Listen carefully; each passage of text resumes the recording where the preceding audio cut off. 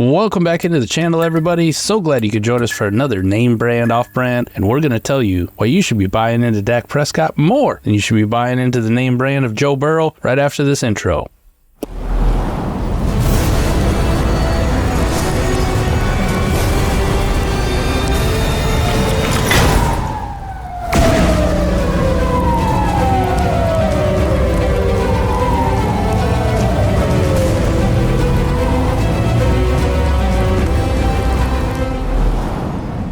Adam, name brand, off brand, we are back again.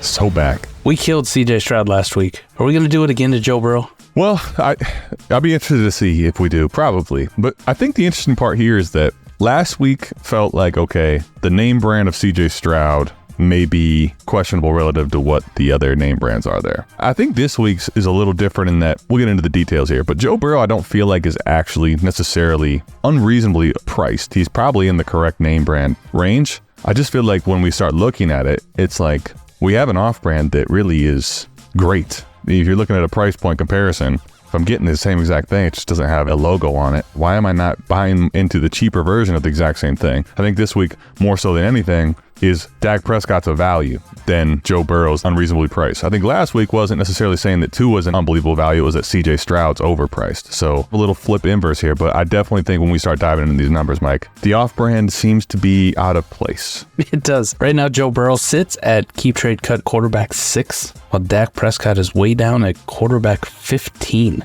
Wow. I think to your point, like Joe Burrow at 6 feels in the ballpark. Feels like we're right there. Dak at 15 feels egregious. Right.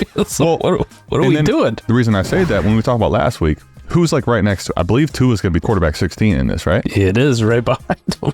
And I think it's nothing against Tua, no shade on Tua, but Dak Prescott should be more than one spot ahead of Tua when you look at what he's done and what he's projecting to do moving forward. Last year, I was talking about it when I was doing my quarterback framework episode, and Dak Prescott showed up on there. He finished as QB4 in points per game, 20.7. Threw for 4,500 yards, 36 touchdowns, ran for 242, and put 2 touchdowns in on the ground. If I were to compare that to Joe Burrow, obviously Joe Burrow missed a ton of games. So let's go back and look at 2022 Joe Burrow, Adam. And I can't compare Dak in 2022 because Dak also missed 5 games. So he missed the games in 2022. These guys are like mirror images of each other, just a year apart. Joe Burrow in 2022 threw for 4,500 yards and 36 touchdowns and finished as the quarterback 4 in points per game, albeit at 21.7 because the rushing yards are very similar. 259 for Joe Burrow, but he did put 5 scores in on the ground. He's got 5 on it, Adam. They're like mirror images. They really are. And I think the thing is that when I look at the Joe Burrow seasons, right, you can kind of clearly see, at least anyway, it feels like low-hanging fruit for people that are going to push back on it, and certainly understand the case. In his rookie season, the offensive line was terrible. There's a reason they drafted him at 1.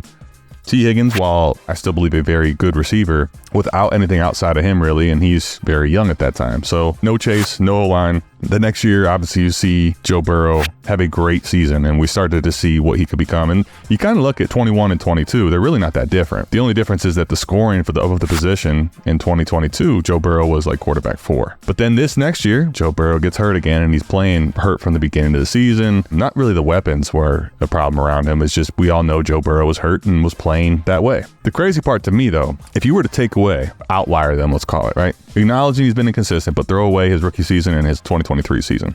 You're looking at a guy that's giving you about 25 fantasy points a game and 6-point per passing touchdown.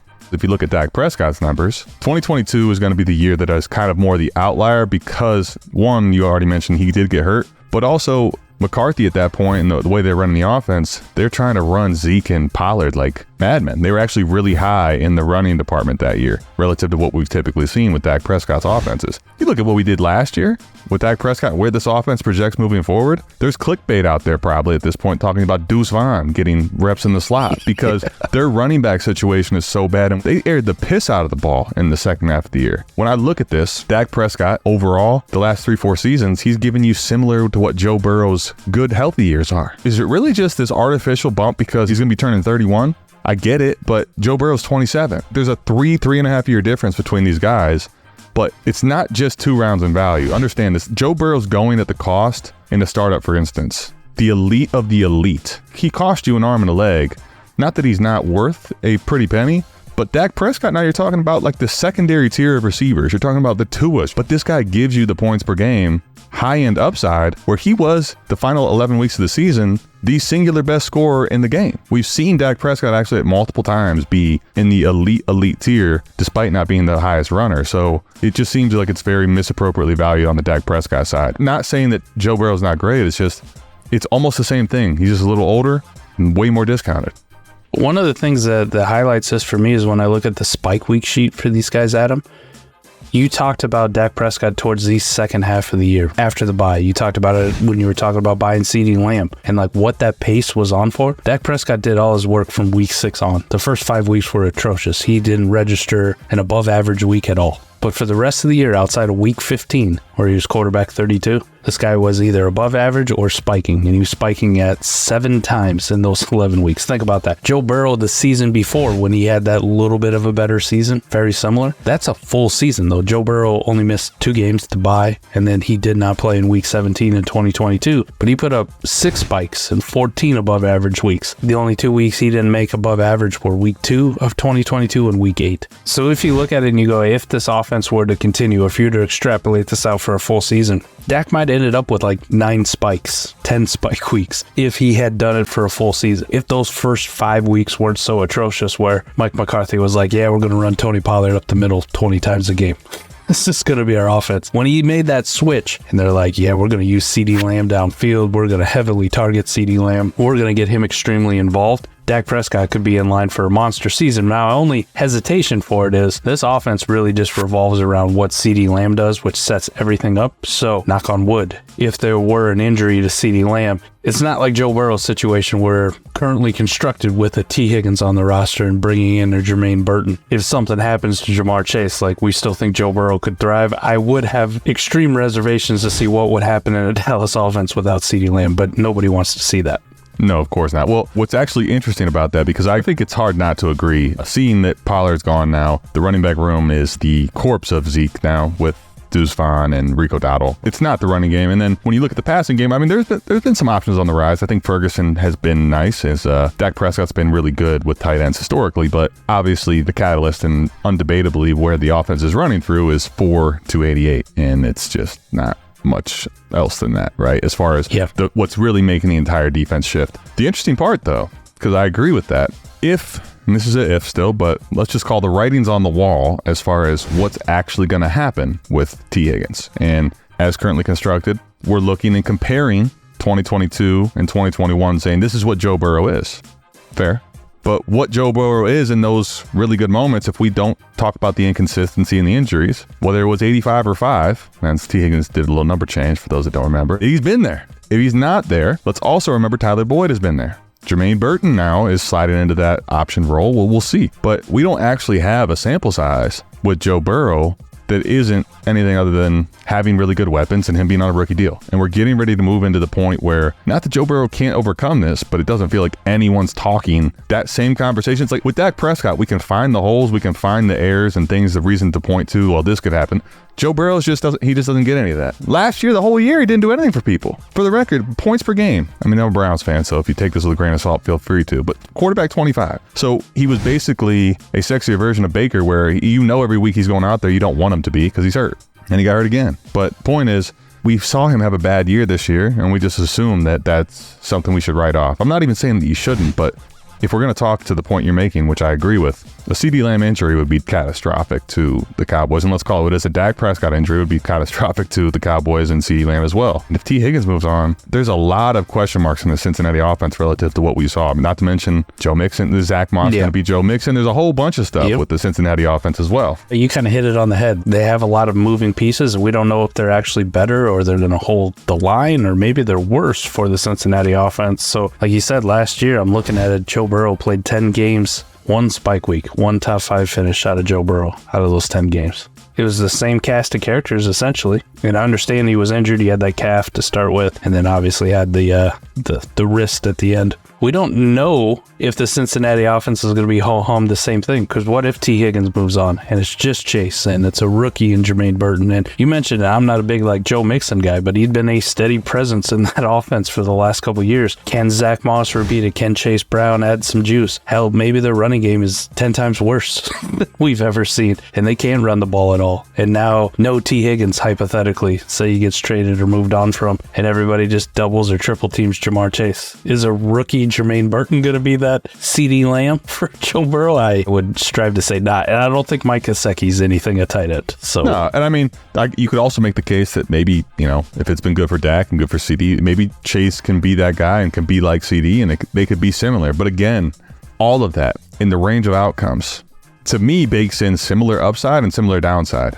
And outside of the fact that one's 27 and one's 30, I don't understand where the difference lies that suggests this type of a price difference in this type of a asset that can be boom worthy in a superflex league. So I like to highlight it with trade value. So we'll start with Dak Prescott, what he's trading for now on the lab. SouthHarmonFF.com. Go check out the lab. Nice little plug there. Boom. You got Dak Prescott and a second being traded for 224 first. Now, to compare and contrast with what Joe Burrow goes for, a Joe Burrow trade that involves 2 first. Joe Burrow by himself, no second, added onto that side for 2 first, but you have to add in Devon Achane into that.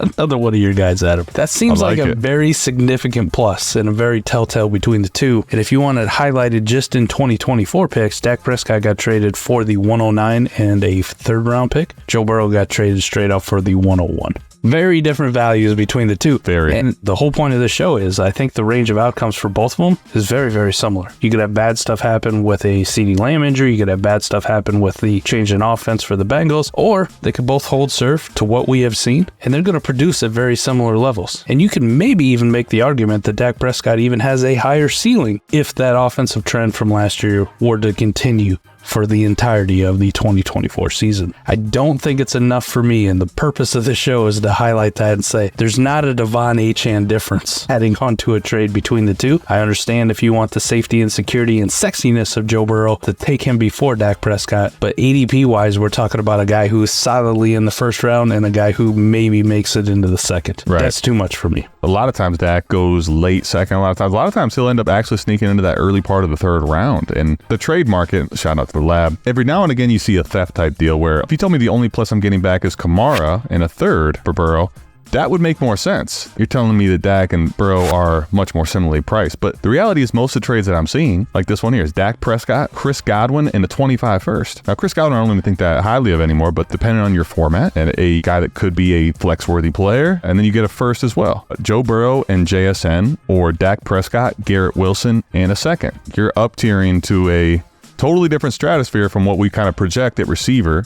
Getting a 2nd, and you're probably having a chance to hold serve at QB. If you're telling me that Joe Burrow should be valued higher, he should be the name brand, right? But if you tell me the difference there is really a 2nd value, a Kamara type, something like that, I'd say maybe even Joe Burrow's worth every bit of getting those extra years. But when you start telling me that I have to add players and picks to the deal, whether that's putting them into my lineup or reshuffling them into a different trade to get a significant player in points per game and in value, that's where I just don't think the age gap warrants any of that. And the reality is this, Dak Prescott not having a deal inked, I don't make too much of that, frankly. I understand some people want the certainty, but Dak Prescott for me, when I look at my teams, I'm looking at 2-3-year windows tops. I don't feel uncertain with Dak Prescott. I understand that you prefer to have the certainty of that contract with Joe Burrow, but to me, that certainty relative to what they score and what I can project just doesn't warrant what the market's giving right now. We also just brush off the uncertainty of can Joe Burrow recover and what's he look like after a significant wrist injury, to the point where we saw him leave a game because he couldn't hold the football. That's why he didn't play the rest of the year. And it seems by some people's accounts it's a very serious injury.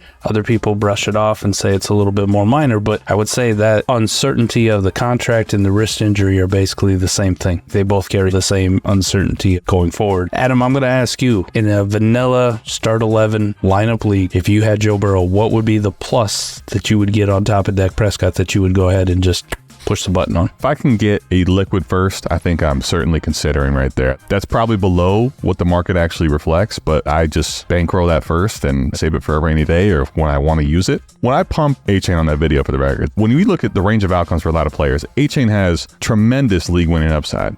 You give me a player like that, I don't love having running backs, but this time of year, if you tell me I get Dak plus the card of Devon A-Chain, I'm willing to play that Joker card. If I get that up tier from JSN to Garrett Wilson, if I can go from a true tier 3 receiver into tier 2, I'm making those pivots. So however I have to skin the cat, right? Whatever it is, if I can get something like that where I'm getting a true threat at the running back position, I'm getting a actual first in value that's not a late first in this year. I'm not talking like a Keon Coleman type, something more like a real first that's liquid later. I'm definitely making that move. So I'm not even saying that I wouldn't do it in certain scenarios for a Keon, but that's probably more of a best ball trade than a lineup trade for me. If that was best ball, that would be a smash. In lineup leagues, any liquid first, I'm in.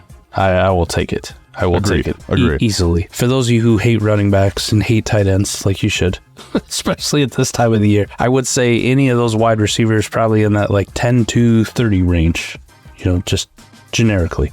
As a tack on? So you're saying like give you Zay Flowers and Dak Prescott versus Joe Burrow. Done deal. Lineup, best ball doesn't matter. Best ball especially, but lineup, yeah, that's good enough for me. If I can get that wide receiver 3 flex type, like that's enough for me. And the guys that are going to be in those ranges, because the wide receiver position is so deep, are inherently youthful. Right, there's not a lot of Stephon Diggs up in that range. There's not a lot of Devontae Adams. You're looking at Zay Flowers, DK, Tank Dell, Burrow's teammate T. Higgins for now. Yeah. Well, let me ask you, because there's actually a couple trades here that I'm looking at. So let me ask you this one. This one I think is flirting and teetering. I think this is for everybody listening if they're actually considering, like their market and their economy may be different. Dak Prescott or Christian Kirk, is that enough? Ooh, best ball it might be. Lineup, no. Agreed. So I'm seeing this trade, for example, and I'm like, nah, I think I would actually prefer to stay Burrow there. And honestly, in the lineup start 10 or 11 league like this, it's not typically the way I'd like to use my excess, but I might do it just for the market sentiment, right? Like I feel like right now with Dak, right or wrong, I'm kind of getting out of the elite tier. I have an off-brand where if I add Christian Kirk to that deal and I get to Joe Burrow, now what does it take to get to Jalen Hurts? What does it take to get to those guys, right? So yes, sir. I think obviously it all comes down to the same discussion with price, name brand, off brand. If you tell me that the name brand is on sale for the price, so the off brand, I'll go ahead and get the Dove. I'll go ahead and get the, whatever the case is, the Fiji. But point is here, I think for most economies, there's a artificial bump in value in safety to Joe Burrow relative to Dak Prescott that we're really kind of baking into the fact of age in quarterback. And the reality is that position, the way these two guys play and what they've shown us, they could very well have similar realistic time windows where they're both very relevant for our teams. Who cares in about 4 years from now, right? For most people. Probably the biggest highlight is not Joe Burrow that we're dissing. I think Joe Burrow's fine. It's more emphasizing that Dak Prescott's cheap, and I'm going to wind up with way too much Dak Prescott on my Dynasty rosters, but it's just the way it is. He is cheap. He's easily accessible. A lot of people out there just don't like him for whatever reason. And apparently when you hit the magic 30 number at quarterback, like now you're dead, even though we see quarterbacks go play for 14, 15 more years. I think right now it's a weird time where a lot of the old, very successful quarterbacks are falling off in value or have retired. There's like this weird dead zone where you're either these guys, Dak Prescott 30, 31, Jared Goff 29, going to be 30, or you're Matt Stafford and you're upper 30s. You're the guys that are clearly getting to over the hill. There's just like a misperception of stuff in the market. But quarterbacks that have these type of resumes, for the record, Dak Prescott within a year or two is going to be the Cowboys' all-time leading passer. Guys with accomplished careers like this, they play for a long time outside of catastrophic detrimental injuries to their career. So I'm taking the Joe Burrow age discount if it truly exists, is the point. And it's not a quarterback who's built on elite arm talent. It's not a quarterback who's built on super mobility. It's a guy who wins with accuracy and cerebral processing. Dak Prescott is very smart and knows how to run this offense. It is a match made in heaven for both of them. And he's got CeeDee Lamb. So that's it, man. Name brand, off brand in the books. The case for Dak Prescott. The off brand to Joe Burrow's name brand. If you like what we're doing here, drop down, hit the subscribe button, like, and comment away. Let us know what we did right, where we did bad. And if you made any of these deals, you flipped to Joe Burrow for Dak Prescott, let us know what the plus was. Adam, that's all I got, man. Hopefully Brian can find a picture of like Hillbilly Holler, the Mountain Dew of Walmart. I love that. Hillbilly Holler versus Mountain Dew. Put that in there, Brian. Right there. Just a Hillbilly Holler. See? We'll test his skills. I love that. We love you. We'll see you back here next week for another name brand off brand. We're out of here. Peace.